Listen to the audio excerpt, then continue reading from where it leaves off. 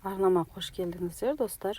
Бүгін мен сіздерге керемет творожный сырды қымбат ақшаға дүкеннен сатып алмай-ақ үй жағдайында жасаудың рецептін көрсететін боламын.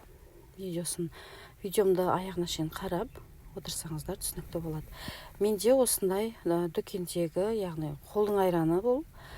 Осыны аламыз, целлофанға 1 литрлік айран. Оны осындай целлофанға құйып, морозилкаға қатырып алатын боламыз.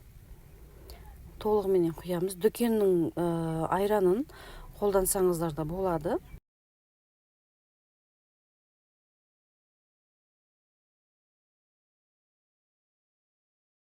Мінекей осылай толықтай барлығын құйып алып, аузын жақсылап байлап аламыз. Ауа қалып кеткен соң менде қайтадан шығарып жібердім.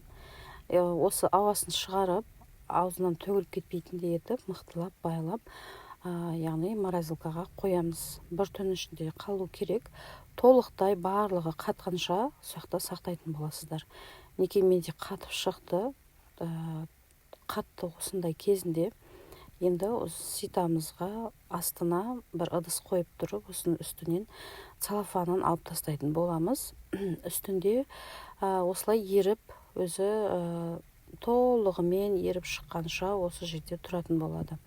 Бөлмеге қойып қоямыз, өзі жайменен еріп, астына сары суы шығып жинала береді. Үстінде қалған қоюы осы творожный сыр болады. Мінекей, қою өте керемет. Дәл осы күйінде бір ыдысқа құйып, холодильникке қойып қойсаңыздар, қоюлығы да бір қалыпты болып, әдемі болып тұратын болады.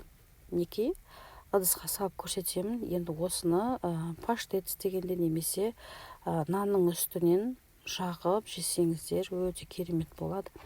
Бұны холодильникке қойып, қоюлатып алып, пирогтарға қолдансаңыздар да болады. Неке өте керемет, қоюлығы және дәмі де келісімді және табиғи, өз үйіңізде жасап шыққан творожный сыр.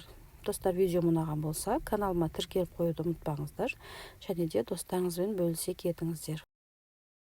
Рецептім сіздерге пайдалы болды деген ойдамын. Каналға тіркеліп кетуді ұмытпаңыздар.